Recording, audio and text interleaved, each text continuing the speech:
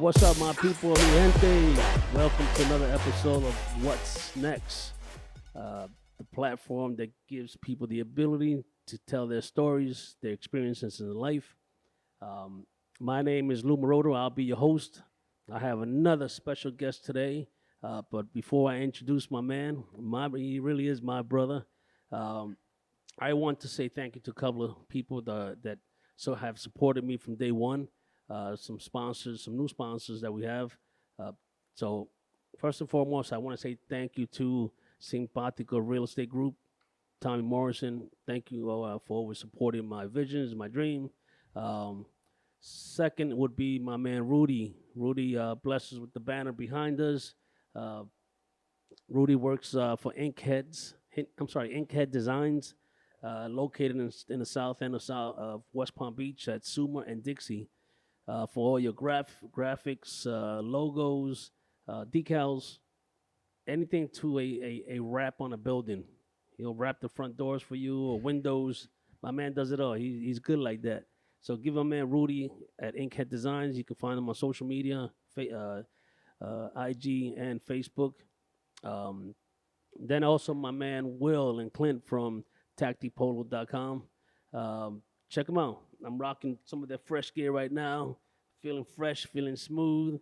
Smooth as ice, but twice as nice, you know. What is that? Is that like a gun on the? It's a tactical operator, you know. Ah. But yo, they got some nice shirts. They got the trucker caps with the same logo. They got ladies apparel, men's. They got all kind of nice stuff, man. Go check them out. Tactipolo.com is their website. And then also our new sponsor, and we're blessed with we're thankful to have Jeremy from Complete Weapon Solutions. Jeremy from Complete Weapon Solutions. They have some really cool stuff. They have all these Kydex holsters that they make from 9mm to 40, or any other specialized orders that you may need. Inside the waist holsters, outside the waist, double mags. I mean, they have a lot of stuff. Some really nice gear. Support. I always say support local businesses, support our own. Uh, it's the right thing to do. You know, don't go outside of our state when there's so many people in our city that have businesses. You know, and they're trying to do their thing. They're trying to make ends meet. Let's support them. Support each other. Right? Like I always say, I have a big kitchen table, a dining room table, and there's room for everybody to eat. So no need to be greedy, but let's support local businesses. Um, I'll tell you a little bit about Complete Weapon Solutions real quick. He offers first responders and military pricing, which is 15% off the listed prices if you email them for the code from a government email or a picture ID. On Facebook, you can find them at Complete Weapon Solutions. Instagram, you can find them at CWS Holsters, and on his website is www.cwsholsters.com. As far as his products, I'm going to read just a quick little breakdown. He has double mag cuff carriers, ambidextrous design, fits most 9mm 40 caliber, double stack style mags, and he has options for peelers and Smith & Wesson handcuffs. Single mag and cuff carriers are also most double stack, single stack, 9mm 40 caliber with peerless and Smith & Wesson handcuffs. As far as inside the waist holsters for SIGs, P365, which is what I have. This one, I think, is this one right here. He just hooked me up. It fits at P365 6 hour, which is a great gun. I don't work for 6 hour. I'm not, I ain't making any money. But 6 hour, if you listen to this, I am more than happy to represent your product in a very professional way. Let's see. He's again, as far as the inside the waistband holster for the P365, he's got the FDE color with optional DCC monoblock clip. Available for many popular carry guns with color options. Outside the waistband Glock 48 holster. He has a smaller selection of this style of outside the waist holster available with 1.5 or 1.75 belt loops. It's important because a lot of people wear different size belts when they're working the road or in specialized units. Going to AR-15's magazine carrier. Mounting optics include Mali and Tech Locks or Teak Tech. He also has carriers for the AR-10, AICS metal mags, and most popular pistol mags, also available in a variety of colors. So check out Jerry, man. Cool dude. Again, Complete Weapon Solutions. Thank you for being one of our new sponsors. He's sponsoring this episode. I'm always looking for new sponsors. Please support my vision, my goal. And like I said before, the whole purpose of what's next is to listen to other stories, others' experiences in life. You know, kind of stepping out of the bubble of law enforcement, military. I don't care where you come from. You know, we all have a story or an experience to tell, and I'm your platform. You know, I'm blessed to be here. I'm blessed to have so many friends. I'm blessed to be able to invite all my friends that are willing to tell the stories. So, without further ado, I want to introduce my man, Mr. Michael Seville. Mike, thank you for being here today. I know you're a busy man. You know, you're hustling and bustling, and at least you're always on the phone. I mean, I can contact you anytime, and you're pretty good about returning phone calls. But welcome. Thank you. First off, did we give a shout out to Jose, who's holding it down and putting it You know, we did it last time, and thank you. I'm sorry. The guys behind the camera have to give love. We have to give love to the guys behind the Well, camera. I almost have to shift the camera one day so that people can see what Jose actually does. He's not sitting there. He's walking back and forth, monitoring 1, 2, 3 different camera angles, and a sound mixer. So he makes me feel like I'm in the big league. I think he made. I came in here and I expected something different, and I get in here. It's very professional. I have my water sitting there. You know, I gotta Jose take care of you. working in the back. I'm like, okay, I'm in the big league now. I've made You do have to pay for that water on the way out. There's no freebies right now. We trying to make it. The tip bucket. I'll make sure I put something in the tip bucket. Listen, Lou, man, I appreciate you inviting me to the show. I've seen a couple of the episodes. So actually, what am I, number 3? This is number 3. Yep, this is number 3. I should have been number 1. You should have, yeah. Should have, could have, would have. but I'm definitely humbled, and I appreciate you inviting me here. Thank you, so man. Thank you, sir. So let's start off. I know you have a great story, man, and get right into it. Get right into it. We need sooner or later, Jose is going to give us some sound effect. Because I was totally waiting for a little clap for Jose, you know. Let me tell you, Jose does a phenomenal job, because I tried doing this editing thing one time, and it didn't pan out. I don't even edit. Oh my God! Yeah, no, yeah, and we'll talk about yours. Yeah, but I was saying the time. What I'm saying is I agree with you. It's hours. This is the easiest part. The raw caught footage. Yep. You know what I mean? And even that you need to put some work into, which I am, because I'm seeing these lights in my face. They're not too bright. I'm excited about it. So yeah. Another shout out to Jose. Jose's gonna get a lot of love today. Yeah, he's. I know. What's your website, Jose? If somebody wanted to get a hold of you. Yep. If anyone out there listening and needs editing, I'm talking about some quality editing. Jose does a really nice job. He's patient. He's professional. LGCY Create. Just put it on his face when you edit the. Just put the logo. Yeah, I gotta get a logo for him or something. Put it up. The logo over Lou's face when you edit it later on. It kind of bounces like the ball. I'm covered the whole time. I'm sorry, guys. We're gonna have some fun today. I'm with my brother and that's what it's about, man. You know, this is not an interrogation.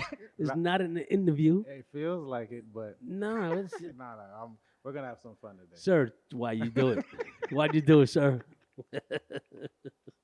So, again, I know I've met Mike in 2010, 2011? Yeah, April. I know it was before April. It was December. So it was like December of 2010, because we did our thing in April. Went through a journey. Yeah, we traveled a little bit. Yes, we did. We traveled.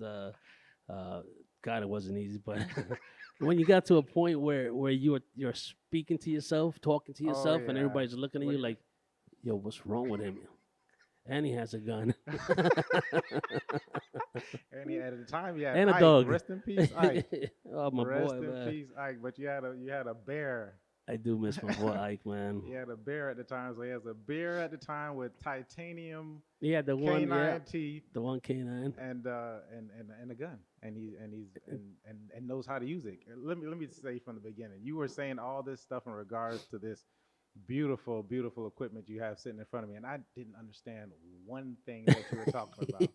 And I'm someone who's like I'm pro. What is it? Pro Second gun, Amendment? I'm pro Second Amendment. You know, definitely. Absolutely. I'm I grew up in Florida. It's almost if you don't have one, like what, did you really? Are you really? Are you really from Florida? Are you really from the South? And so, but I don't know it to the point of which you know it. You're such a professional with it, and I think Dang, I heard that, man. Listen, the last I didn't pay him for that either. the last two I bought, you essentially told me what to get. You said, "Hey, Mike, you're gonna want this. This is good for this." And I think that was what was it? You said the SIG? Was it a SIG? SIG? And Was it a then SIG? again, SIG. No, it was Springfield. It was Springfield. Yeah, so it was a Springfield. SIG, we still have to be a We love representative. SIG, apparently. And the other one was the rappers call it a Draco. Yes. Isn't that the best gun, bro? That AK-47? It's fun. It's fun. And you equipped it and put everything on it. He was like, get this grip, get this with it. And I'm like, okay, let's go. Enough. It's not your money, man. But I went to the gun range and I have a good time with it. And, I love that know how to trigger. work it. I got my concealed license through you as well. Yep, Second time. The first time was a joke. And the second time I was like, wait a minute. No one taught me these things. Yeah, what the heck is a reload? What? So tell me, all right, Mike, so you said you grew up down here in Florida? Grew up here in Florida. I'm actually from Jersey. I was born in Jersey. I don't know how my Jamaican parents went from Jamaica to New Jersey. There's a big population of Jamaican people up north. I'm always thinking about the Cool Runnings scene when the guy steps out and it's freezing and he goes back and he even puts on his suitcase and he runs back out, because I don't know how people do the cold. Oh. We were in Jersey till I was maybe about 5 or 6. No real recollection of it besides someone stole my bike and we had to go back. We had to go down the street to go get it, and then moved here to Florida. So now I have really thin blood. And I don't mind visiting the cold at this point in time, but I don't understand how people do with the living. I think you can get used to it, man. I think you get used to it. living. You have no choice. You're there. I know I'm in real estate, but You do have a choice. you have a choice. It's so much greater down there. I know Lou is telling you don't move to Florida, but that's because he wants to keep it all to himself. No, because I've been trying to buy a house, man, and within the last 6 months to a year, like Everyone's coming down. everybody from up north, from Canada to and in between has come down here. They've been coming. And here's the crazy, not crazy. Here's the interesting part about it is that in the last maybe 4 to 5 months, we're selling more second homes than actual primary residences, because people are coming from up north and they have the funds.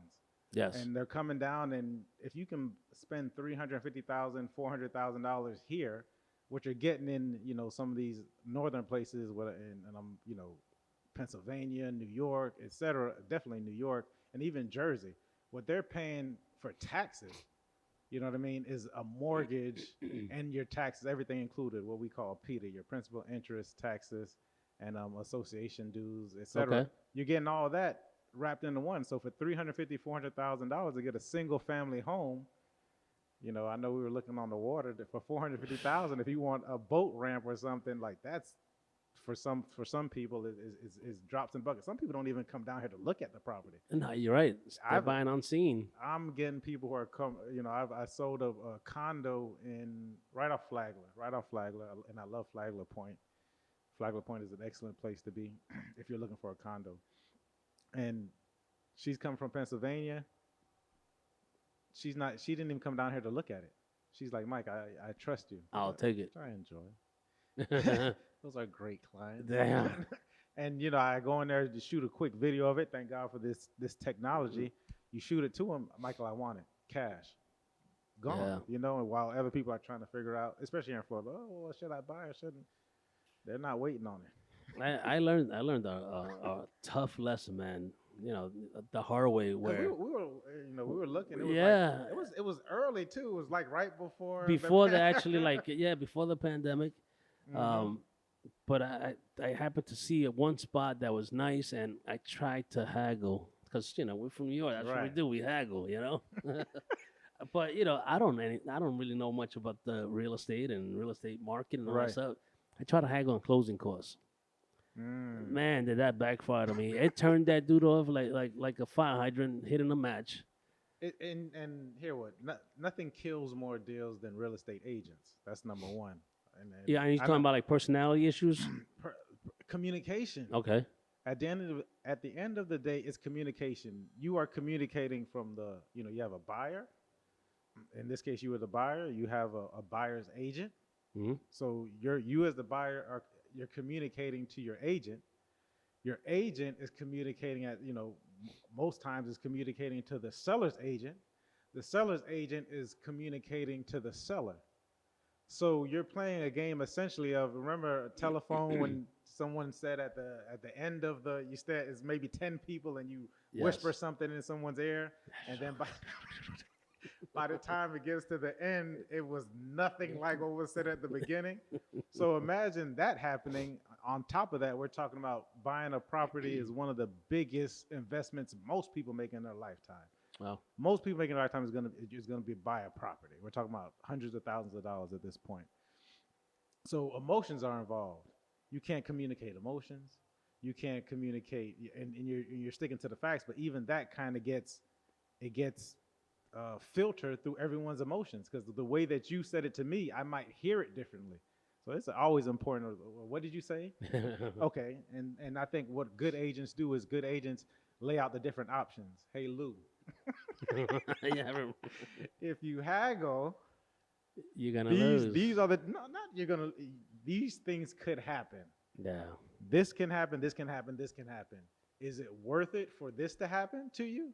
You know what I mean? So that's the communication you have to have with this person because I essentially, as the agent, have to take myself out of it because sometimes I'm listening to things I'm just and I automatically have that human response like this is crazy because I know so much more. Like I'm looking at houses and I'm dealing with houses 24/7. Right. So like right now we're in a crazy seller's market, and I know we'll get back into my history, Yeah, but yeah, no, keep it going. so That's what it's right about. now we're in a seller's market. So I'm seeing the effects, and I'm here. Not only am I seeing, but I'm hearing what people are going through. I'm hearing that a person walked in, and you as a buyer, this is the first house that you looked at, and you're like, okay, well, let's go see 4 or 5 more, because I don't know. I know, and I need to inform you. Like, does this have everything that you want? Because by the time we come back It to may it, be gone. it may be gone. And a lot of that, and I'm always the one to take accountability. I'm going to blame every lost deal on myself because essentially it's me not educating the person that I'm having that conversation with. And a lot of realtors are scared to lose a client because there's a scarcity mindset that you're taught or you kind of you go through. There's a scarcity mindset like I might lose this client. First off, don't be scared to lose a client because you didn't have that person anyways. If that person doesn't respect what you're doing, if that person doesn't trust what you're saying, then you don't have that person. That person is going to call you at 9 o'clock at night and say, "I want to go look at this property," and you're going to say, "Well, I'm putting my kids to bed," and they're going to hang up the phone and they're going to say, "This guy doesn't know what he's doing. He doesn't care about me," and he's going to call. There's 22,000 real estate I called you agents. one time and all I heard was. No, I'm just kidding. I don't know what sound that was, I'm but, just, I'm but, just but like. you're likely to hear it. If Lou's calling me, he's likely to hear it. No, I'm just kidding, But ladies and gentlemen. but seriously, it's like you have to educate a person to understand like what's going on in this market, in this seller's market. I don't, and then sometimes it's not the seller's market; it's the area. If you're looking for, in your case, if you're looking for a certain home, a specific kind of property, how many other people are looking for this property? Are you looking for, and how much are people willing to pay? So it takes a lot to do that research and then educate the person. And if I'm scared to tell you because in hopes that I'm going to lose you, then we all end up losing out. Yeah. Because I could make you overpay for the or you could overpay for the property. You could, you could lose out on the property just because you don't have the proper information. Because most oftentimes we're leading on our emotions and feelings, and you're from New York, so you understand the haggling game. Whereas this guy, this is his nest egg or something that he's selling, and he feels insulted. And then how is the information presented? It's funny you just said that, how we deal with emotions, because I remember my wife usually is the one that says, hey, if you walk in and you like it, don't act like you like it. She's worrying about the price, right? Which is common sense. Right. It's normal. But with who? Are you walking in with the owner there, or are you walking with the I'm agent? talking about like the one that we saw down there up on North Lake. Remember Mike? Oh, yeah. Not this Mike. Not this Mike. There's another Mike. But and then she walked in and she was like, oh my God, I like it. I like it. I like it. But what did she say? But that kitchen, oh my God. Yeah, and then I guess there was something moving on the bed. Oh, yeah. Let's say that quick story. So, right, Mike takes us to go look at a property. Right. It was a decent property. Yeah, it was like a 3-2 condo, Townhome, right, yeah. with a slip. It wasn't deeded, but it was anyways, it was being rented deeded. out. It was the slip was deeded. You sure? Yeah, that was there. That was that property's slip. Okay, I don't remember, but Yeah, you lost out, buddy. No. but in a proper, let me tell you, the proper. I'm not gonna say it needed work. It needed a lot of work. A lot of work. It needed some tennis. It needed some love.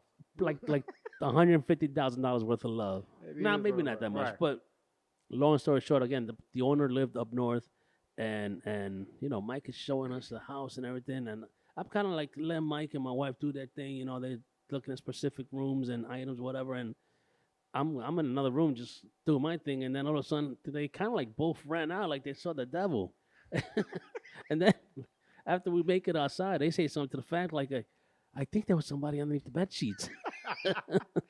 Listen, my whole thought was like, we need to get by Lou. I always say if anything goes down, I'm going to Lou's house. So I'm like, let's figure what's going on. And I don't know what was underneath that bed sheet. It looked like a person, but usually people are supposed to leave when they're showing their house, right? Mike was there. I think we caught him off guard. We certainly did. He was a nice guy too. He was a cool dude. Isn't that how they all are? It's like a car salesman, right? I'm your best friend, buddy. Mike was an interesting character, and he was honest. He's truthful. He told us pretty much everything about what was he paying, all that stuff. Right. He was a decent, but he wasn't the owner, right? So here's my craziest story. Well, not craziest, because going in and out of these different properties, oh my God. And I've been doing it since about 2011. Just getting quickly into the story. I started off as a property manager. Yep. So I was a property manager, and I'm working for different investors. And this is back in 2011, 2012, somewhere around there. And now the houses that you were taking care of, or properties, what kind of neighborhoods were they in? What kind of neighborhoods. I'm asking you. Because this is me getting into the game. You're just learning, right? Like getting your feet wet. My parents have always owned properties, and they've had renters, etc. But I never understood the game, and they never understood the game. And when I say parent, I'm definitely talking about my mother. Didn't understand the game as such, like as far as it being more business minded, that kind of deal. So I wanted to. I was working at the city at the time. I had been with the city for maybe, I guess at that time, I started in 2007, 2008, so maybe 5 years. At the Youth Empowerment? At the Youth Empowerment Center. And so I met with some investors about 2011. You had to buy, at this time, the banks weren't really lending money. We just went through the Great Depression of 2008. Mm-hmm. So most people were buying properties cash money. The banks didn't know what to do with these different properties.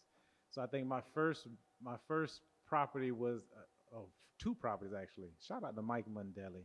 Shout him out. Mike Mundelli was definitely my first mentor in the game.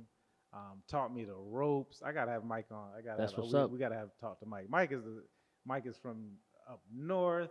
Mike is Italian, and he's like a slick. Forget about it. Forget about it. Mike is one of the coolest dudes you'll ever meet. And not that, and he wasn't that much older than I was. I think Mike at the time might have been in his 40s. Mike, I'm telling your age, but see, real quick, that's what's nice, that there's still people out there that are willing to take you under their wing, and he's breaking bread with you. He don't have to do that, right? Listen, I looking back on it because a lot of people sell these different courses, these different, you know, you can go do Make yourself rich and all that. all these different books, etc. Mike was like I should have been, and I wouldn't tell Mike this to his face, and if he might hear He it. might be listening now. Yeah, it's fine. It's too late now. I should have been paying Mike for what he taught me because he was so seasoned in the investment game. Like I have to give him so much credit and respect for all of the information that he gave me while he was paying me. Um, but one of the things that I did for Mike was I took things off of his plate. Because once you start to, you start to run a business, once you start to become, get to a certain point, you start to value time more. So Mike at this time, he didn't have time to deal with the certain neighborhoods and areas that I was dealing with. And if I think that's when you got your concealed weapon permit. Somewhere in that area. I had to go back and get it again. I had to get it done right. A refresher course. No, I had to get a course. The first one was I had to get it done right because there's a whole bunch of things involved with dealing with the property that I was dealing with. Yeah. And just to be truthful and honest, like my first properties were on Henrietta and 10th Street. Yeah. So you got 10th and Henrietta. Oh my gosh, one was an 8-plex, and the other one was an 8-plex, and one was I think it was it might have been 5 units. 1, 2, 3, 4. It was 5 units right up the street so they were like right across the street from each other. And if you know where I was at that point in time, I think it used to be called the Box. I know you all moved it. I'm starting to learn more. He's starting to learn the law enforcement lingo. Yeah, 400 block, Rosemary.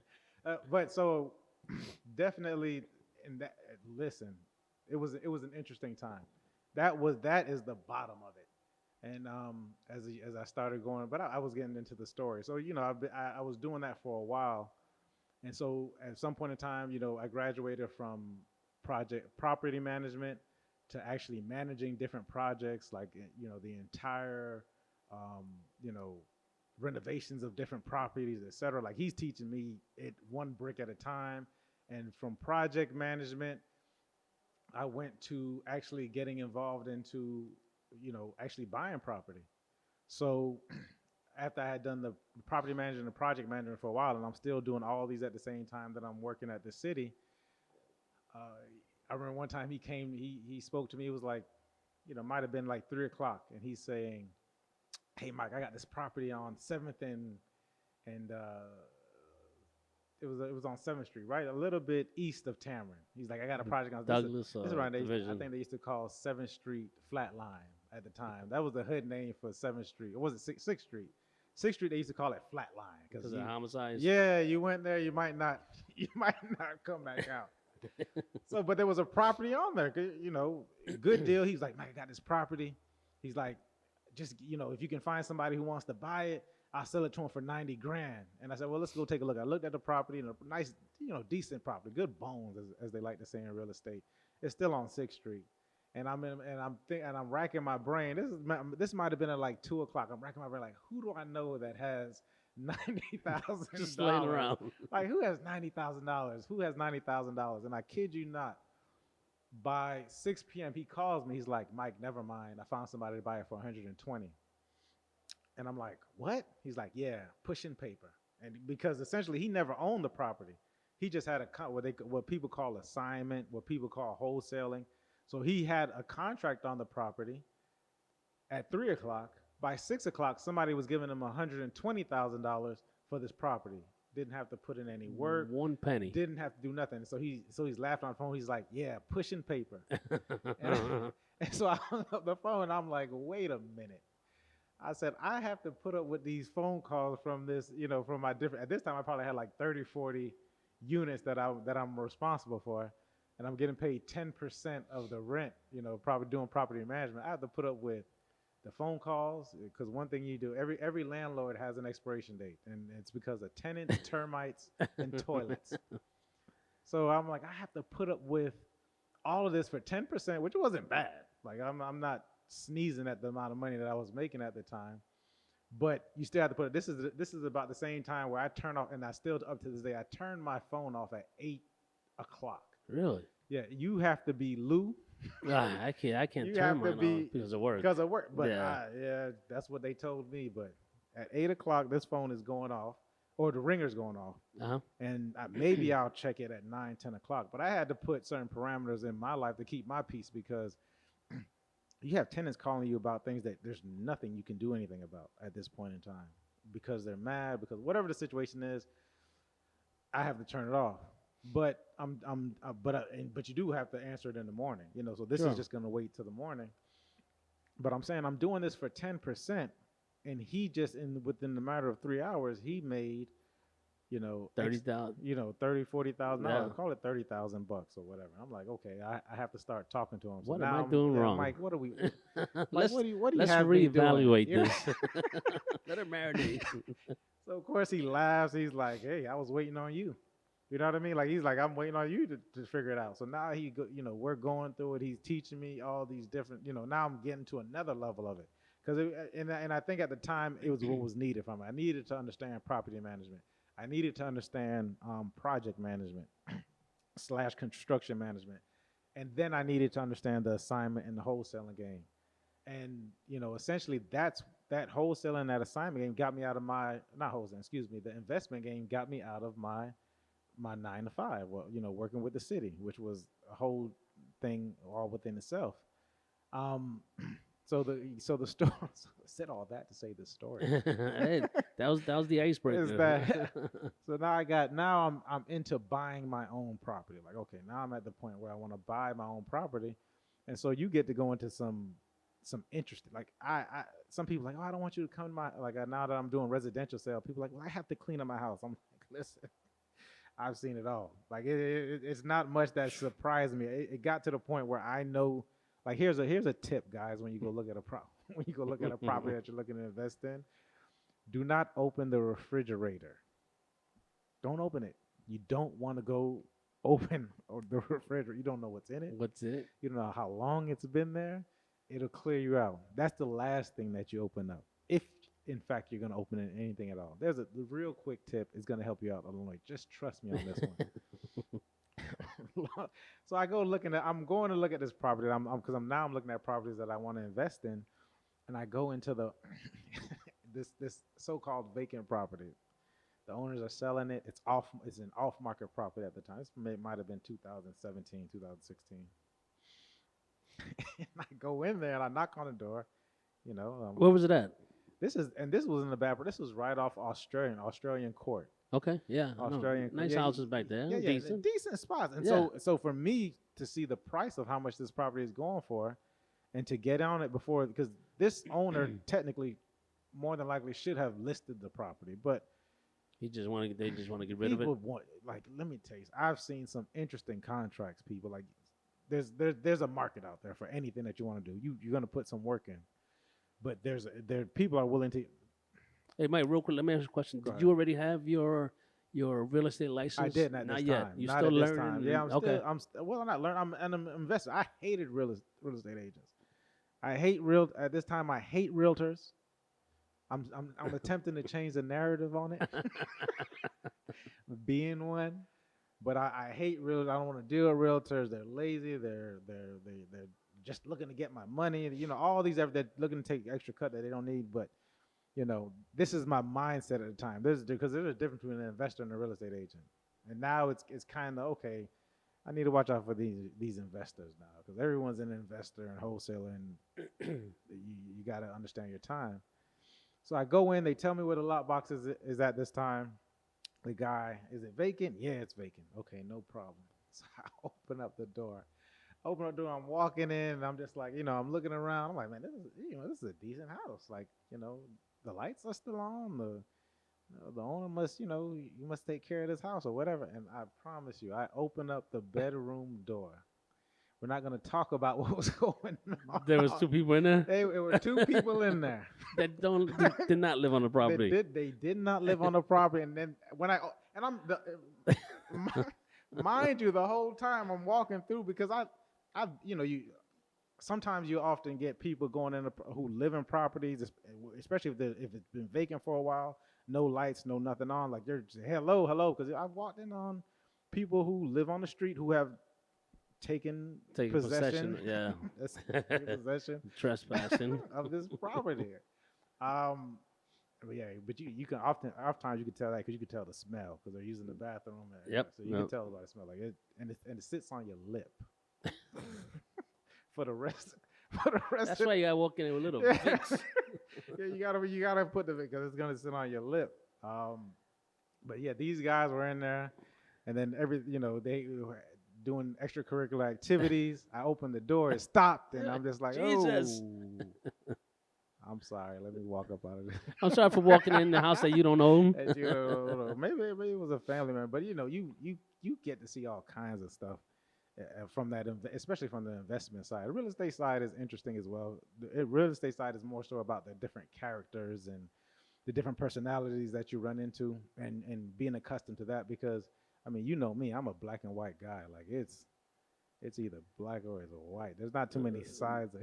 Mike is very serious. I tell you what, when I first met Mike, Mike didn't smile as much as he's smiling now. And we said that on the last Monday on your live feed on Facebook. I said Mike didn't smile. Man, I'm not saying he was militant, but and I get that. Are you in the military? Have you been in the military? I just tend to be very disciplined.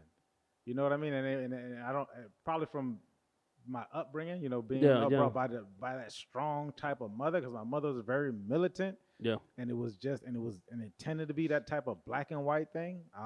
So either you are or you aren't. Yeah. Is you or isn't you my baby? Is not my baby. Yeah. So, but the personalities on this residential side is a lot different. It's not about numbers. It's not. I've started to understand that people don't move. Like people don't want to move. Like who wants to move? It's a pain. It like nobody wants to do it. Like it's like, oh God, But people are moving for a lifestyle. People and that comes with like maybe a bigger family, or maybe your family's leaving, empty nesters. Yep. So you want to free up some enjoying it. For boats, people want to be closer to the water. Yes, Jesus. People want to be around a certain kind of people. Like the neighborhood that I'm in now. I love my neighborhood. It's 100 homes in the neighborhood, and it's a community. Like my neighbors are talking to me about the alligators in the pool. Like you get 3 or 4 neighbors saying, "Did you hear about the alligator in the pool?" Be careful. I got a dog. I got a new dog. So they got a community watch group. They want to be like, oh man, shouts out to Carl, man. Or as either do sometimes he's say Carl is a pain. Sometimes you're like, Carl, what are we talking about? I call Carl. I got a list of cars that I've seen driving by your house. And you know what? The neighborhood I was at before was the same way. It was a guy named Bimini. Bimini was just like, hey, the cheapest security I could ever buy. I give Bimini a couple of beers, and Bimini's going to tell me how many cars pulled into my driveway and pulled back out. Has your sheet of paper with a report? This is today's report. Yeah, you got my pay. Here's $5. Go to the corner. Here's 5 Milwaukee's best. Enjoy it, Bimini. Yeah. So you want to have a certain kind of lifestyle. Let me tell you something.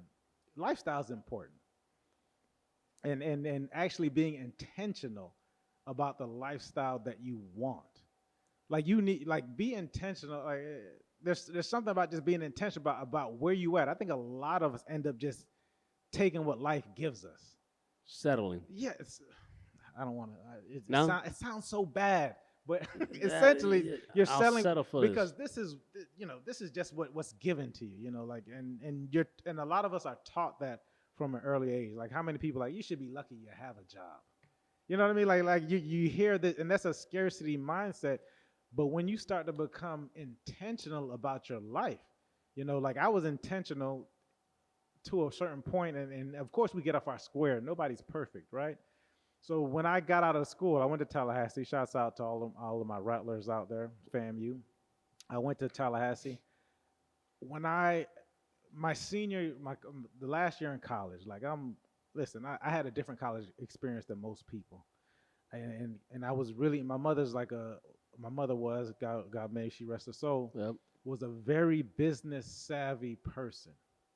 She was very busy. She didn't know it. Like, this is a lady that didn't graduate from high school, or I wonder if she even went to high school. She might not have went to high school, Yeah.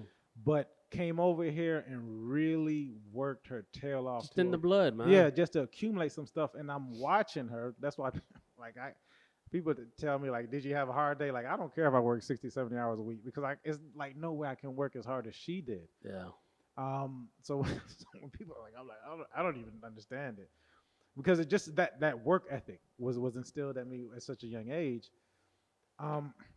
So going to Tallahassee, had a different kind of lifestyle. So that business, like I'm traveling around the country, not to hang out. Most people are going on spring break. Like, I'm going for business. Like, at the time I was breeding dogs. Yeah. And I'm getting flown out to California. I'm getting flown out to Chicago. I'm getting flown out. I'm going to Texas and New Orleans. Like, I'm like, this jet set lifestyle, but I'm getting paid for it. Like, yeah. I'm not leaving the house unless I'm getting paid for it. And then you come back, and I think I was talking about the whole selling thing. So for me, when I came back and I said, okay, well, I'm graduating now, I can go get a job. But at this time, like, I know there's a lot more out there, and so I was intentional. I said, you know what I'm gonna do, Mike, because you can get easily caught up in, like, what's the best thing for me. I said, I'm gonna go back to my community at the time, and I think we kind of went past a couple of things that we'll get back to. Yeah. I said, my whole point was going back and giving back to my community for at least 5 years. I said, I'm graduating college. I know that I'm more than likely going to become a self-employed entrepreneur. I'm going to be a businessman. Now I'm a businessman. Jason. That's right. That's what's up. And so I said, but I want to give 5 years to back to my community, back to work with the youth. And so when I got back, I came back and I had one job for a brief amount of time working at the Drug Abuse Foundation in Delray. Delray's changed. Shouts out to Delray. Yes. Yeah, Delray, the Ave. I love going down there, man. And then I came and I started working for the city with the Youth Empowerment Center. And I'm gonna tell you how I got this. I'm working with this guy, going in for the interview. When you go into the interview with an air of confidence, like, you all need me, kind of deal. Yeah. Like, I mean, I think I left the interview in less than 30 minutes late, and I went to several interviews, and they were all calling me back and trying to give me these crazy, like, at the time I'm thinking I graduated from college, I should be getting like a $75,000 a year. I remember when they told me, like, the 8 hours didn't include lunch. I was like, wait a minute. You're saying I have to take a break for an hour and then come back and do another 4 or 5 hours or whatever the case may be? Like, it's not included? Because in my mind, I'm like, I'm only going to be working 7 hours a day. But it's not. No, I know. But how much money?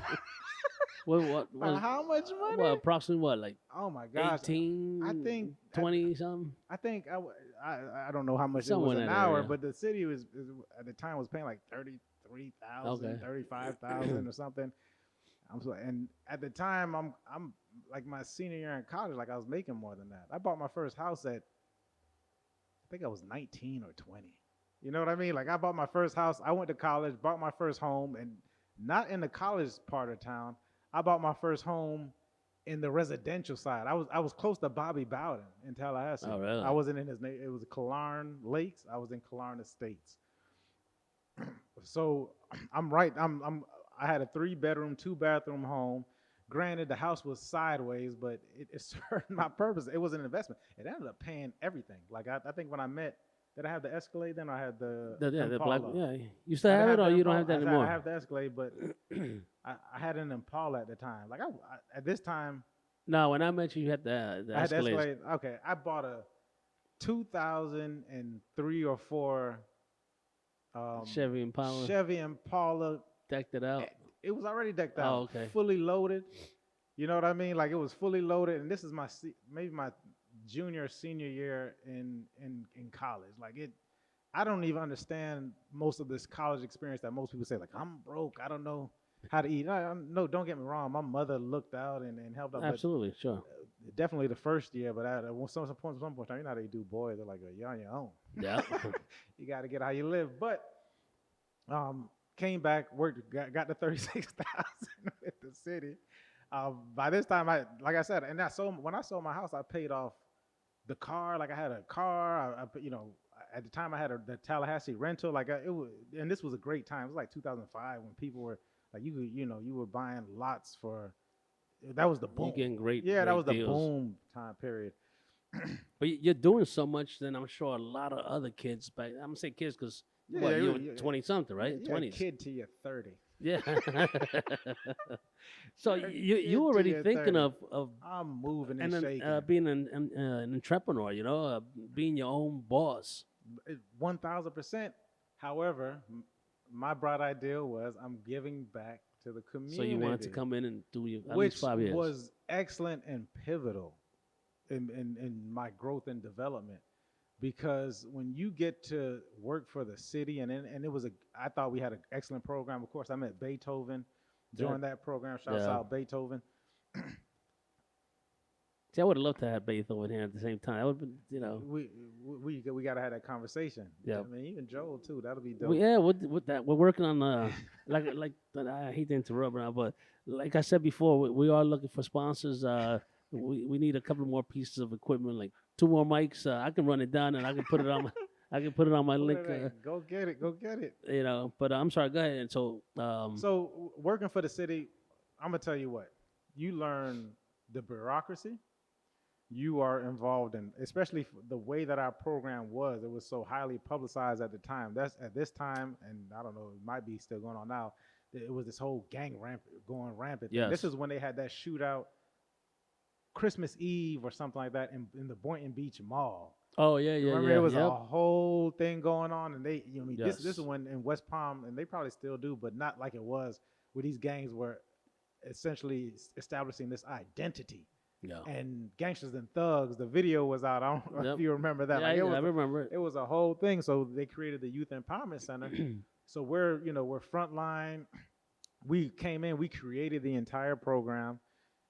It was very rewarding. I'm going to work on my days off. Like you're on your job on your days off. Like I'm enjoying this work. The money wasn't what I thought. It wasn't what I desired. But real quick, the program that Mike's talking about, it was right youth empowerment. Mm-hmm. And I had the opportunity, and again we spoke about this previously last week, but I had the opportunity to do something similar to what Mike was doing, which was putting in time back into the community. Right. And I'm talking about like 1980 something when I was out of high school. I'm sorry. In college, kind of out of college, getting ready to join the Marine Corps, but I worked at a group home, so I found it very rewarding to be able to be with these kids that were a lot less fortunate than I was, and I grew up in a very humble apartment, like my brother and I shared a room that was the size of somebody's master bedroom closet. We had 2 bunk beds. We couldn't even open the drawers to get our clothes out in the morning. And you had to deal with all the other stuff, the roaches and mice, walking around all in your cereal. Let's act like we didn't have roaches now. You know what I'm saying? But going back to the program, it was really, I used to enjoy working there because, one, I love listening to the band, the band outside on the basketball court. Faith Place. I loved listening to that. But then just being able to just hang out with the kids there and play pool, and they're asking you whether either police questions or just questions in general, and like I loved it so much that I got to a point where I remember I used to bring the projector and play a movie for them. It's a couple of you guys, man. Shouts out to Thurlow. Shout out to Lou. May he rest in peace. Scolo. Yes. We had a bunch of different police officers. I think Stanley Woods came there a couple of times. Yeah, but a lot of officers went in there and real gave their dope, time to. Real dope. It was awesome, man. I loved it. Yeah. But good. I know I cut you off, and now no I lost my train of thought. and listen, I think it's important that we don't forget a lot of people who don't necessarily have a voice. You know what I mean? I know they say the squeaky. I mean, it's the truth. The squeaky wheel gets the attention. Yeah, it gets the oil. And so that it was important for me that. So my situation was I stayed a little bit longer than I had first anticipated. So I, what? How much time did you end up staying there? I ended up doing close to 10 years. I should have did 10, but I was so ready to go. I You know what remember I at mean? the end you were ready to I go. was like, listen, Mike used to drive that cheese buzz. yeah, Well, it wasn't yellow, but it yeah, was a cheese buzz. I was ready to go because when you are attempting to make a change and the economics aren't there, because people, economics is power. We live in America. You have to be able to move the needle, and how you move the needle in America is is through, and it doesn't necessarily have to be money, but you have to have some type of power. Money can help with the power. What Right. is it, Tony Montana? First you First you get get the money, then you get the power, and then you get the respect. Yep. Yeah, the Rough Riders, money, power, respect, what you need in life. That's right. What you need in life. Yeah, so I'm just doing these things because I know Lou's from New York, and, You know, I he'll love that. appreciate it. But you have to have money, because there's certain things that, and not to say that we didn't have money within the program, but people who control it are going to see what they want to do fit, whether or not it's a benefit to the people. It becomes more about optics than more about the actual impact of what we're doing. No. So you start to see. God bless some of you all. Yeah. But you start to see. Oh, now we're gonna have this event where news cameras are gonna be here. Oh yeah, send the landscapers down there. Let's make this thing look pretty. Wait a minute. A little facade sometimes. And so optics become more important. And then you start to see. Oh man, this is a whole different situation. But you start to see a lot of people who don't want to move their feet, that because their pensions, et cetera, are involved with. I'm not saying whether that's right or wrong, but that's just not the path that I'm going to take. No. So just being involved in it for 5 years, becoming so passionate and so involved in it, it took me longer to leave than I had anticipated, because you want to bring everybody along with you. I know you have that spirit as well, where you just want everybody to eat. You said at the beginning, No. I got a table, I want everybody to eat. Some people aren't ready for that. And then sometimes you only have the capacity to do what you can. We're on this boat. Some people have dinghies, some people have cruise ships. Right. But at some point there is a capacity for this boat, to a point where it becomes dangerous and it starts taking in water. So how many, you need to figure that out. Awareness is key. And then taking on water. So I stayed for about 9.5 years. I should have stayed for 10, but I stayed for about 9.5 years. Had a couple. My grandmother passed, and I said, you know what, this is it for me. And so I don't know how we got to it, but Yeah. worked at the city, and then went off and did my own thing. At what point did you end up getting the real estate license after you left the city? So I left the city, didn't get my real estate license initially. I think it took me about a year, because my mentor, shouts out to Jim Wolf. Let me tell you something, man. This guy is, what, Jim, you got to be in your 80, 83. Like, my real estate license is like 2,306,300. Was that like a number? Yeah, it's a number. How many people have been in? Yeah, I think you spoke about it. I think with the police force, they had like 76. So you probably like 3. And then and they're probably at like 3,000 or something. So mine's is like 3 million something. Jim's is like 22. Wow. I joke with him all the time. Like, yours is like 64 or something. That's how many licenses have been given out in the state of Florida. So he's 83. I mean, this guy, it never stops.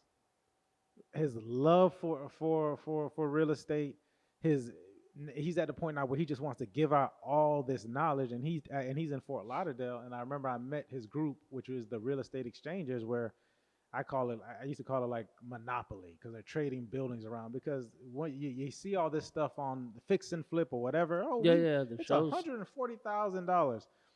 We're not talking about capital gains taxes. You know what I mean? Like, we're not talking about. So you made 149,000. Hey, Joe Biden. If you don't know how to make your assets look a certain way, you might lose 49% of it. So you did 149. You have to take all of that into account. So he's taking me to the exchanges. This guy was helping. This guy took me all over the country. We went to Las Vegas. We've been to Sarasota. I think we go to South Carolina. I think we went to South Carolina. Just showing what she's showing you different. There's a whole the market, how the market differs. No, there's a whole world of people who are not Donald. You know, often we always go to the extreme example of this Donald Trump, and I'm going to use him because he's known for real estate. But there's a whole group of people who are becoming independently wealthy based upon exchanging things, which is essentially what's going on with Bitcoin and that now. Yeah. Like this is the Bitcoin of their time is real estate because it's a hard asset. You know, real estate does nothing but appreciate. Like we'll go through those times when it got crazy with like the Great Depression, but if you have some, especially here in Florida, like they're not making any more land. In fact, but more people are coming over. You know, you got people moving here, so it's just gonna get more expensive. And year over year, you know what I mean? When we have our wits about us, because in 2005, 2008, you were working at McDonald's buying a $600,000 property because you thought it's gonna double because someone told you it's gonna double. Right. So when greed is not involved, when knowledge is involved and greed is not involved, you tend to make money.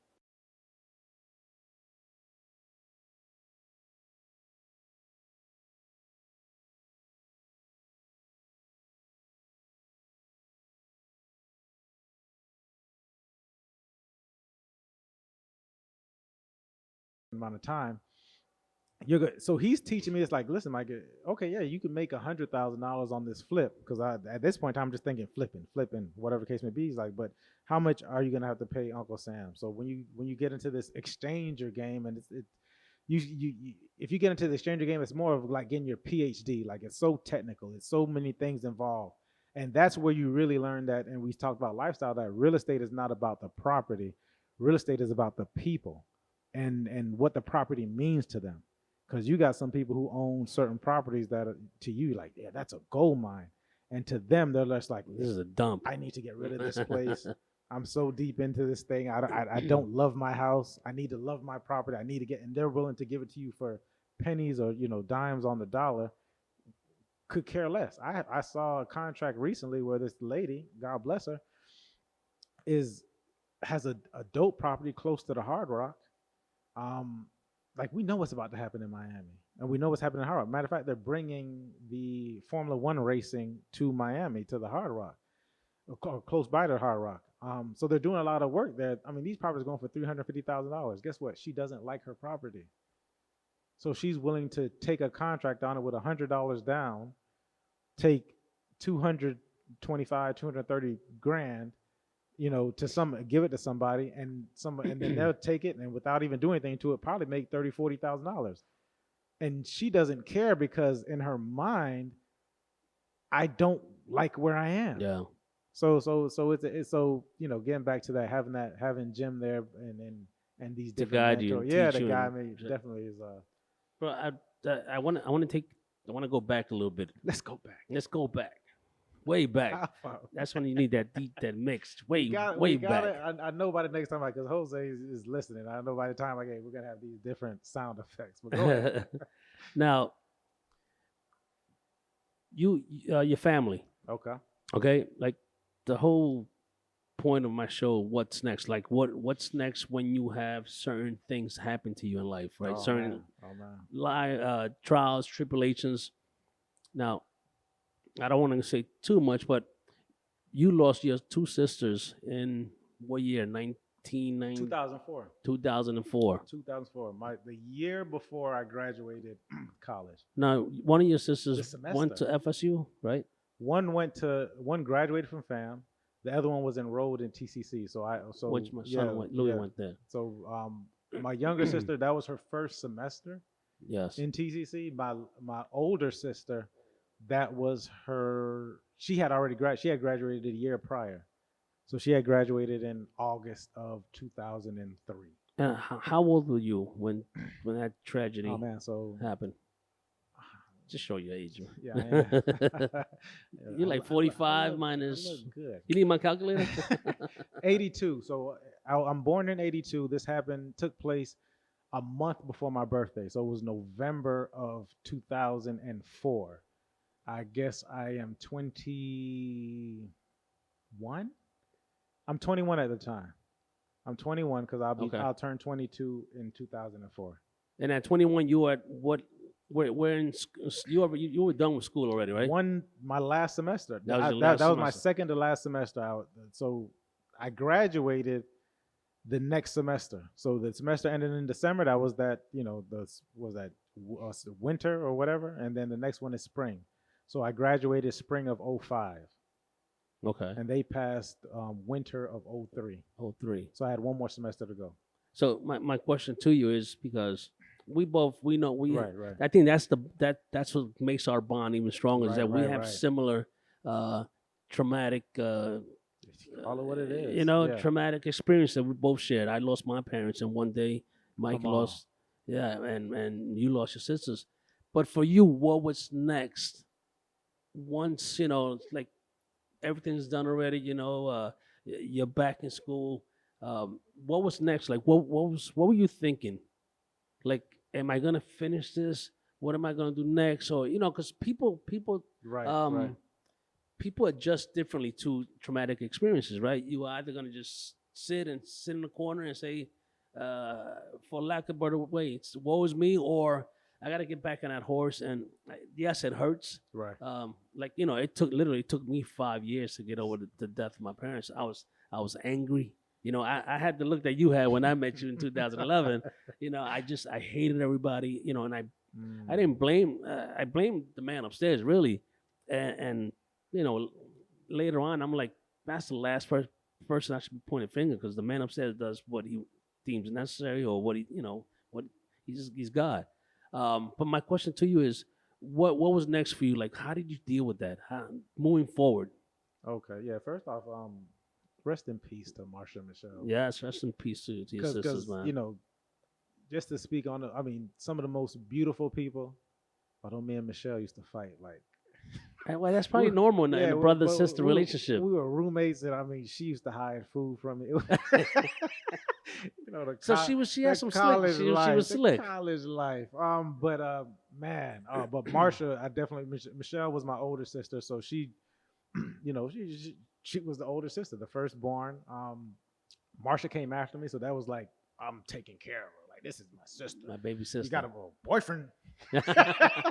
I want to speak to him before you go on a date. Remember when they had to come see you before they took your sisters out? Well, like we got to get back to that for real. Like, I don't even crack a smile. I didn't crack a smile then. I wasn't cracking smiles then. Like, who are you?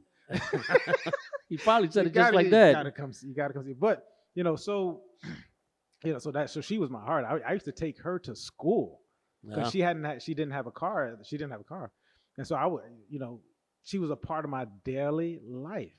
And so to lose her and to lose Michelle, like, I mean, I can never forget when because, oh my God, you get the phone call that you get. Oh my God, yeah. Like the phone call. And then it was like, they were on their way back from after Thanksgiving break. Mm-hmm. They're on their way back. And the whole day, like, we don't receive a phone call. They should have been there because I spoke to them before they passed. Right. Maybe 20 to 30 minutes. Wow. Like we're on the phone. And which I would thank God for that, looking back, hindsight 2020. Like, praise God, He gave me the time to have a conversation with both of them. Excuse me. And so, that whole day, don't know where they are, no phone is being picked up, etc. Because it happened at about 1 o'clock, till about 9, 10 o'clock. And I remember to this day, vividly, it was cold. It was Tallahassee cold, dry. I mean, it was cold. And I get the phone call. I think I had like a T-shirt on. And she, the officer takes the phone from my mother and is like, Michelle and Marsh, your sisters, Michelle didn't make it. And I'm just like, both of them? And then she was like, yeah. And I'm just like, oh my God. You know what I mean? And I just run like out. Somebody punched you in the chest. You don't get over. Like it's horrible. It's tough. It's tough. And it's at such a young age. And so, having to go through the whole thing because it doesn't feel real. You know what I mean? Like it doesn't feel real. And so go through that. You have these feelings and these thoughts. Mm-hmm. You know what I mean? And I mean, this is not the first time this happened to me. I think in 2000. So even before you came around, before I met you in 2008, we had Rock. Your best friend. Yeah. R.I.P. Rock, murdered in Revere Beach. Yeah. So the same feeling. Like he just left a message on my phone, that type of thing. So with them, it was it first time any tragedy struck home like that. Like, So I think I remember laying in bed for like, just laying in bed, like just trying to gather like yourself. what am I gonna do? Shot one time for FAMU because they really rallied around me at that time because it was in the newspaper. Two college kids passed, so they really rallied around me. My professors, definitely went counseling and therapy. Nothing wrong with therapy, people, Absolutely especially when not. you're going through stuff. And I caught that first interview you did, which is he's a lot of stuff he With says Travis, is yeah. spot on, dope interview. Go check that out. That if you go back, so was able to and kind of get through it and rock past now, and me and you bonded over that. And I, like I said, I'm a disciplined person to the point where feelings, I don't really get feelings involved. So Yeah. I knew I was going to graduate because that was just the point, but I did need that extra encouragement and support. I'm gonna tell you something though, because my mother passed last year Yeah. of cancer. May she rest in peace. Police Seville. Let me tell you something.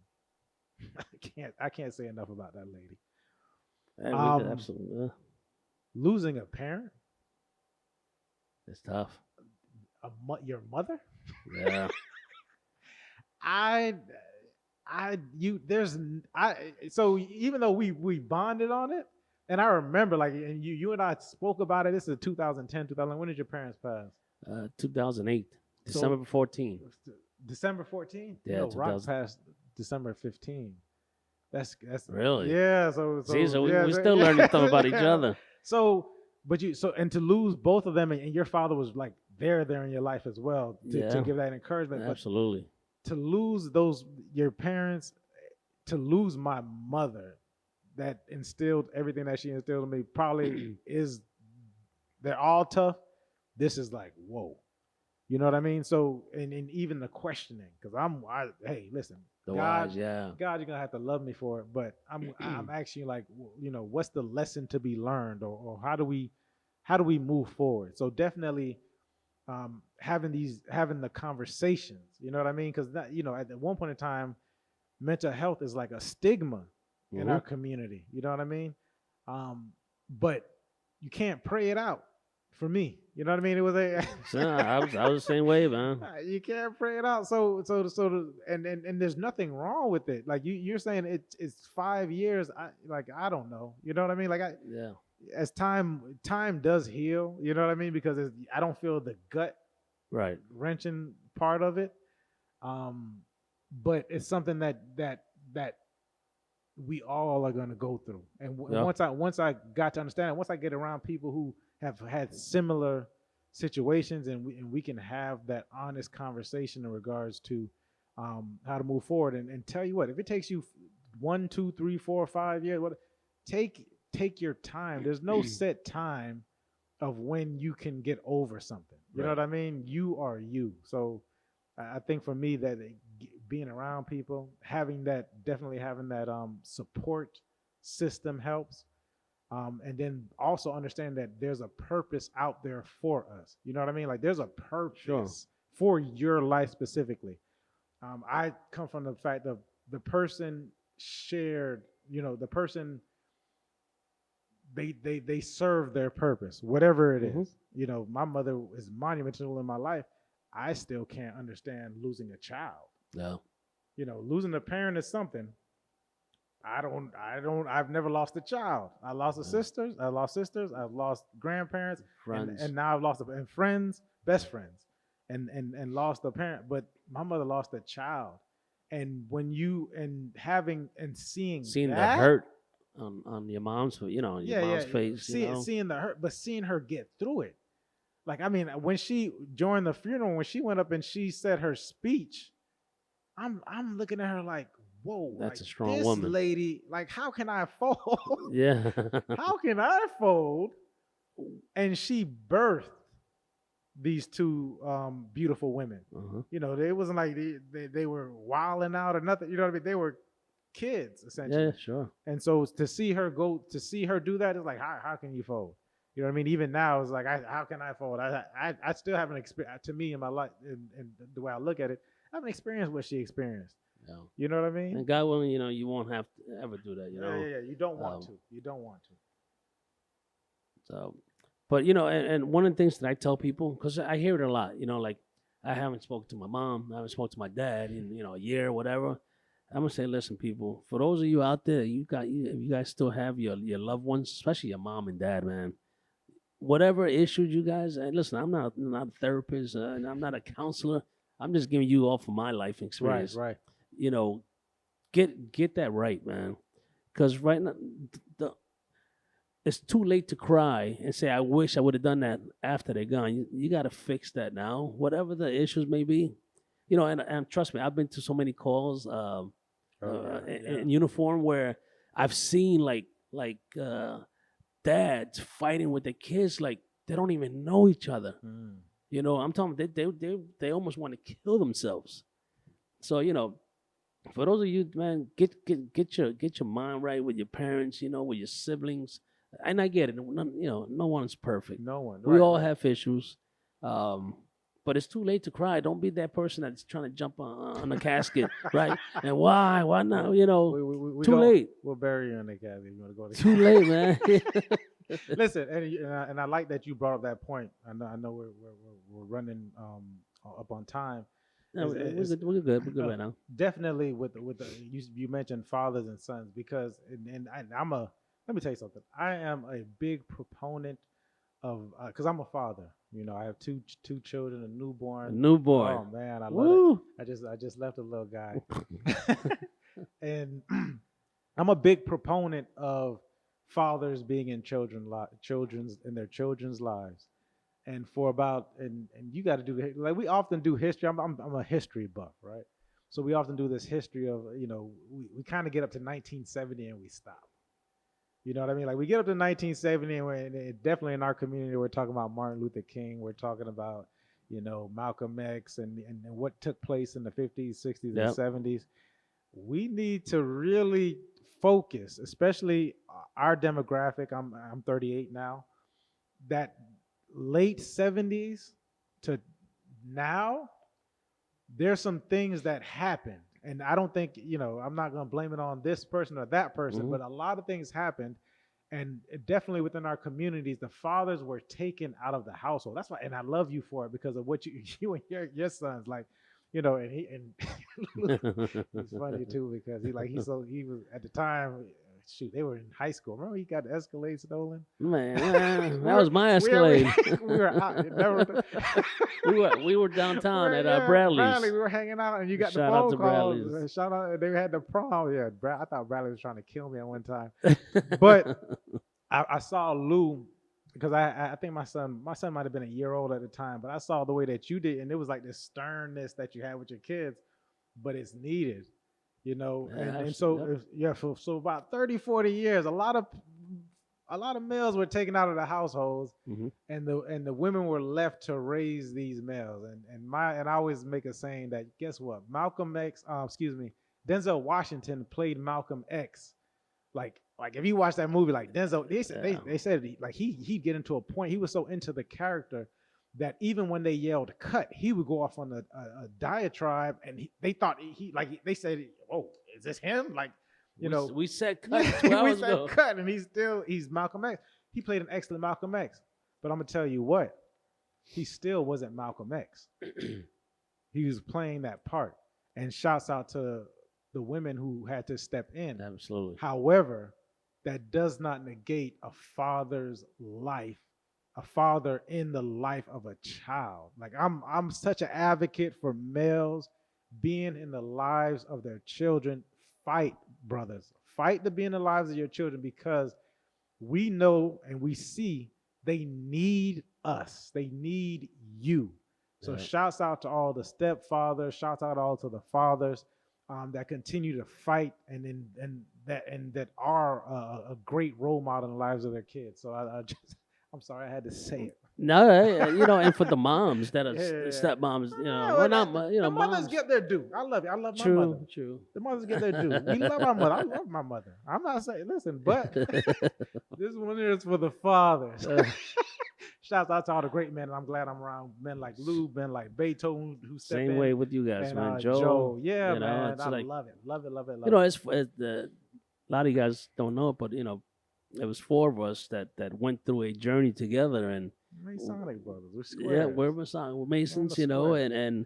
and we came out at the end, you know, Oh my brothers. You know, we God. came in as strangers, and Yeah, I was giving him the side eye. I was like a cop. yeah, and oh yeah, I'm glad you brought that up. I was like a cop. Cop. Mike wasn't very. I'm not gonna say pro law enforcement. He just Oh no, what's the word you no, use? say What's it. what's the Let's- word you use for let's- officers? Let's donut chasers. No, use another word. Pigs. Pigs. I remember. I think I called you. I said I was gonna make a website. I should have made a website called Donut Chaser.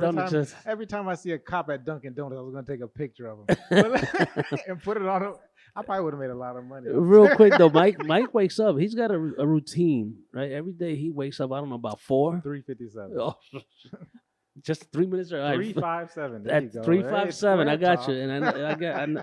So he wakes up at 3:57, and he puts it on pretty much all the social media.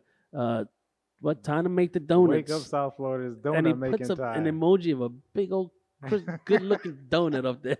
and give you a positive. I try to do positive Yeah, quotes absolutely. in the morning. I'm disciplined, man. I maybe they brainwashed me in the military. Had some type of thing going on in my sleep, but it's like that and you're up too.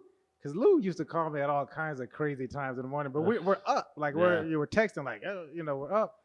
So it's that 4 o'clock, and between 4 and 7 is definitely what I like to do, self-care. Because I don't wake up all pretty and happy like I'm looking. Like you're looking right now. Like I'm all looking fresh. right now. I'm not pretty. I'm not happy. I'm not. And you mentioned the smile, man. I had to learn to do that. Missing joy. Like I think a lot of us have some.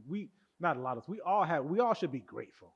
Absolutely. You know what I mean? And we understand that, especially coming from we're able to go back from that lifestyle, the Caribbean lifestyle, because your people are from Costa Rica, mine are from Jamaica, and I had to spend time in Jamaica as a child, or even when I go back, and I know what poverty looks like. Oh, absolutely. Like even when we're talking about some of the places that we deem bad, I know what poverty looks like. Like if you have a phone, it's not poverty, my brother. Absolutely. Like I've seen the face of it. Of where you don't, even if you have raggedy shoes, there's no shoes. You know what I mean? So I understand. So I understand that I'm grateful, but sometimes we kind of need to remind ourselves. So that's part of that 4 to 7 character where I can come in. I'm not spazzing out. But then you hit the gym after that, right? Yeah. Well, that's part of the self-care okay. program, which it includes the gym. But yeah, so we met. Lou was a cop. You got me with a cop. Well, it was a cop. Troll. Right? 112. One donut time. Chaser. I'm talking about as far as our backgrounds. I was a police officer. You were working for the city back then, right? I was. Joe was a preacher. Pastor, fire right. Rescue.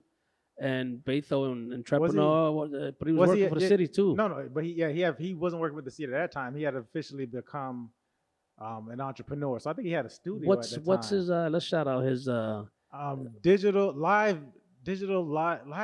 Oh, he's gonna kill me. Live digital media marketplace. I'll put it in the comment section. Shout out to Beethoven Francois. Yeah. Beethoven is definitely that innovative entrepreneur businessman. He's a businessman. Yes, he is. Listen, and man, and entrepreneur, because everybody's an entrepreneur now. We can put it in our IG.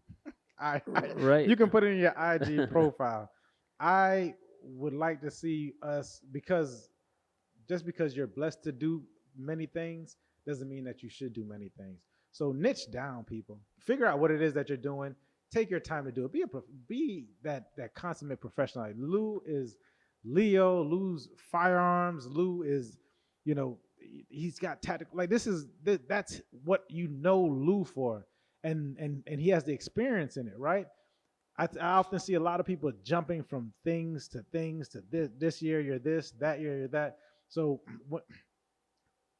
strive not to become an entrepreneur. Strive to figure out what your business. I'm a real estate guy. Talk to me.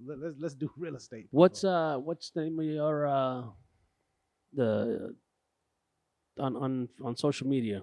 If people want to get a hold of you, I am Michael Seville Real Estate on IG, and it's still Michael Seville on Facebook. on Facebook, okay. Right. So it's all real estate.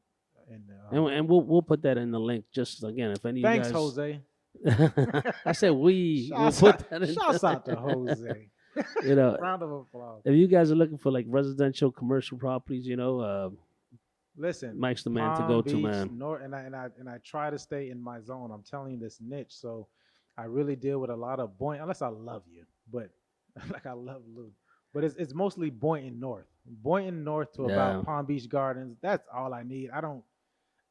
Bro, you're I talking tried. about boy, man. I saw a property there way back. It was a 4.5, Right. right? Pretty much right across from Lantana Inlet. I hate that inlet. Why do you hate them? It's just because it's like a washing machine when you go through there. When when Okay, the ocean and the tides and all that, the wind, it can be a very. I don't think it's considered a navigational inlet. But anyways, I hate that inlet. But it just happens that this place was there, and unfortunately, they still need to do so much work on that federal. What is it? US 1 or federal? And it was a gas station. that turned you off. Turned me off, man, like a switch, man, because it kind of reminded me of like back in the days, like Amical PB on Dixie, and I was like, come on, man, they can't have a little extra patrol over here too, because in order to get into the community, which wasn't that big, you pretty much have to bypass that gas station. And we have lights like that in a lot of different communities. Like there's some interesting place that you're like, well, how and people are scared to like it. Once again, I go to that lifestyle portion of it, because at that point in time you're looking for yourself. You're thinking about your family. You're thinking about your wife, who late in the evening or probably early in the morning before she goes to work, she forgot to put gas in her car, and now she wants to go get gas, and she has to get gas. Not that like they never forget to put gas, right? right. So you as a man, you're thinking at this point, like, listen, I'm thinking ahead of time, because there's a saying that women and children are allowed not to be careful, but men, we can't be. We have to be careful. Like women and children are allowed to be, and don't kill me, foolish. You know what I mean? But men, we can't. And I know you're always, what's going on? Yeah, what's going on? Just the nature of the beast of what we do for a living. But we have these things in all our different in a lot of these different areas. I know exactly which one you're talking about. But what happens is that eventually money talks. You get enough people speaking on this situation, the squeaky wheel gets the oil, and changes happen. So it's all about the squeaky wheel getting the oil. And now you're thinking about, in that area, if that's such a blight to this area and people aren't willing to pay, then you got property prices that may go down because of this, because people don't want to pay that amount of money to incur that kind of, in their minds, that kind of blight. Yep. But the people, then when they start making a change, guess who? The people who got in there at a lower price, now they're going to reap the benefits on it. And the other thing that sucks is like if I was to move there right now, it's all renters. And I'm not saying anything bad about renters, but the owners left. Now they're using it as an investment property. Right. And you know how it is. Renters come and go. They're not going to take care of property like you as an owner would. I don't agree with them. But Really? Really? You don't agree with that? Listen, I have some tenants. Let me tell you something. I have some like tenants 10% that really take care of it? Or more like... I have one tenant that I'm not exactly happy with. But I have a couple other tenants who have more pride and ownership than some of the owners on the block. I pulled up to my property, and they kind of grass or doing something. They have all. I might move in. No. So because I don't want to put on all tenants. I am a landlord. Slumlord. Oh man, when I was on, He went to Lou Seville. No, I'm just kidding. I was on Henrietta and 10th Ave, and I pulled up in one of those tenants. I'm not gonna say her name, but everybody down there knew her, and she was saying, "Slumlord, slumlord." I'm not a slumlord. You didn't want to pay your rent. But I pulled up, and as a tenant and being a landlord, like I'm not against you, like and you shouldn't be against me. Like we should work together. Like you pay the rent, I collect it. Like if Lou is renting, like I love, because you got people who want to live in property and want to keep it up. Sure. I don't think it makes sense. I think you should own it, but I'm not gonna be upset about you patting my pockets at the same time. Because everybody's not meant to own. But yeah. But having a certain amount of tenants, I can understand, and you're going to get a lot of owners who feel the same way. Like I'm buying in this property, and these tenants are just here. They don't necessarily have, they're not vested in this community as much as I am, because what do they have, 6 months to a year, and they're out, and so some of them are treated any kind of way and then move. And if you're saying in regards to that property, that's the reason why they could care less about what's going on across the street. Because I would rather move than to make a noise, because I can just leave. Now, once you start to see more owners living in that property, if in that same property, you're going to start to see the owners who are like Carl. Yeah, Carl. I mean, you may want to go look at that place and Carl, invest. Who's telling me I don't have enough mulch in my. Carl, call me. Let's talk. Yeah, you'll have owners like Carl who are telling you don't have enough mulch or whatever it could be. But there is pride in ownership. Absolutely. And pride in want to see your neighborhood look well, which I love, man. Have pride in ownership, and when you own a property, you have that. You tend to want to keep it up. Yep. And real quick, because when I left Palm Springs, where I was living, I like. I loved that place. Everything was conveniently located. But then it was weird because like like half of the block north of me, the owners left, so it became renters. Right. And then you had now you, instead of afford two, there's 6 cars and they're all parked on a damn on the grass. I'm gonna change the name from Carl to Lou. Oh, parked on the grass, and he's become this old. Grumpy. I literally got pushed out of my neighborhood. You're the grumpy. I like that. Let me tell you something, Mike.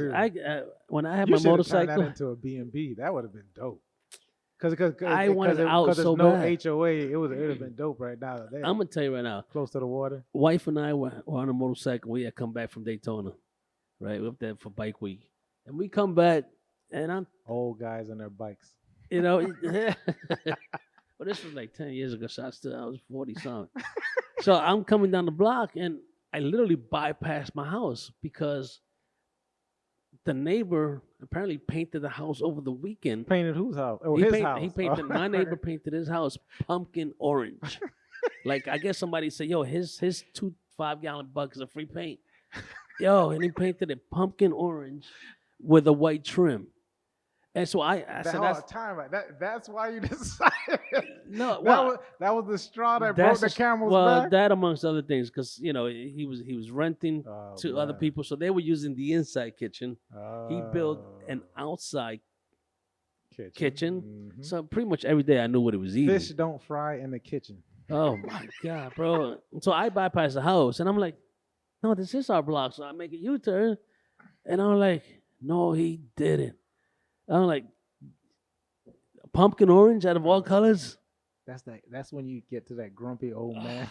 Man, let me tell you something. The grumpy old man stage. Shouts out to grumpy old man. I couldn't sell the house quick enough, man. And I was at Palm Beach State College last week taking some classes, and did you pass by your house? I did pass by just to look at it, bro, and it looked like crap. And I was like, there you go, karma's up. I mean, the grass was all. You used to keep it up. That was a dope little spot. I like that. You know what I miss? I miss the parties that I used to throw back there. The New Year's Eve parties, You had the it. DJ. Yeah, you had it. You had it jumping, man. But grumpy old man Lou took over. Now I'm just trying to buy a little tutu. If anybody's got a tutu with a lift that's deeded, Call me. yeah, Call me. call I'm me. searching for it. I'm searching for it, man. I've been searching. I'm tired, man.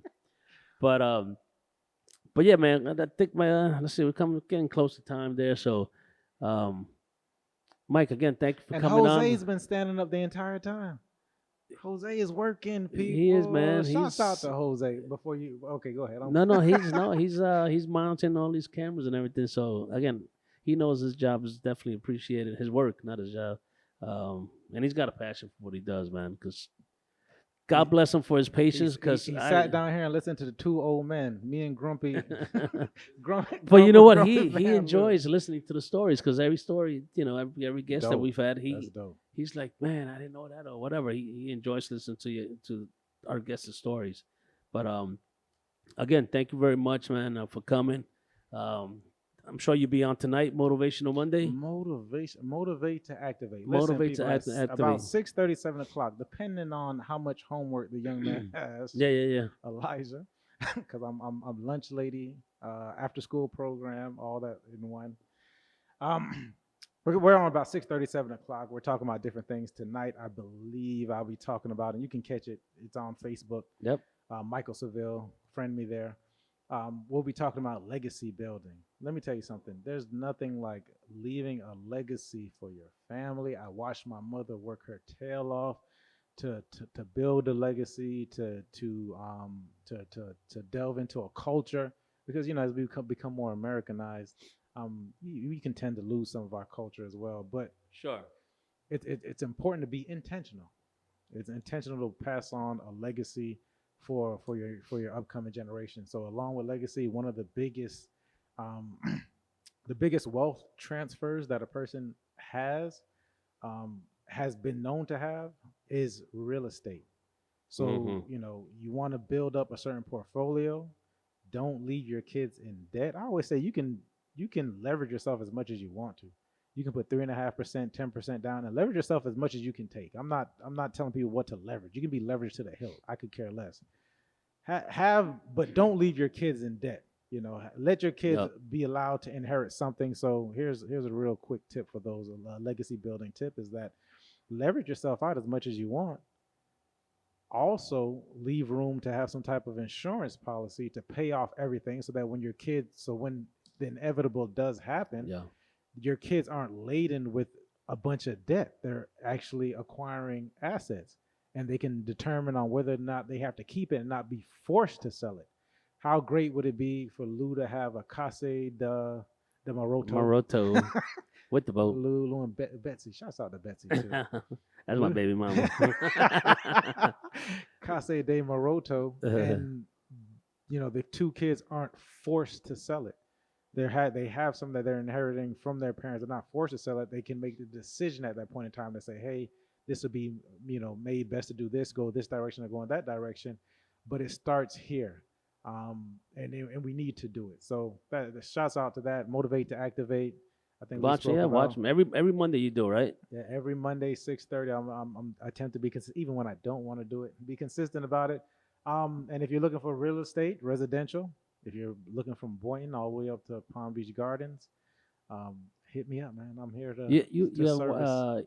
You have an email, or what's the best way to just through social media? Is the best way to social contact media, you? I got the link in the bio. I'm one of those link in the bio people. So, Okay. So check out the link in the bio. I do a lot of videos. You can go on YouTube, check me out, Michael Seville Real Estate as well. Get educated, man. Education. Those without, I have another mentor. Get mentors too, but I have another mentor that says, those without the information or knowledge, they become abused. So get that information, get that knowledge, and it's free. You know what I mean? We're inundated with it, and I'm also giving it to you, blood raw.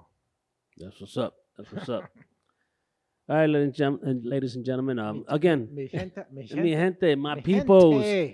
Thank you again for watching today's episode. This is episode number 3 with Mike Seville. It should be out Thursday or Friday morning on YouTube. Just in your search engine, just type in what's next, and you'll see that logo, that banner, And do me a favor, like it, subscribe, and then whether you like or subscribe or not, whatever, leave some comments. Because, tell me what you want to listen to. Tell me what guests you would like to hear. Someone in particular, whether they live local, or, we can always zoom in. But it'll just make our platform a lot better. Dope. And that's what it's about. It's about listening to other people's stories, and their life experiences, and then what they did next to overcome and be where they're at today. So with that said, thank you very much. Everybody have a great week. It's Monday. Hustle and grind. Get it. And God bless. Thank you.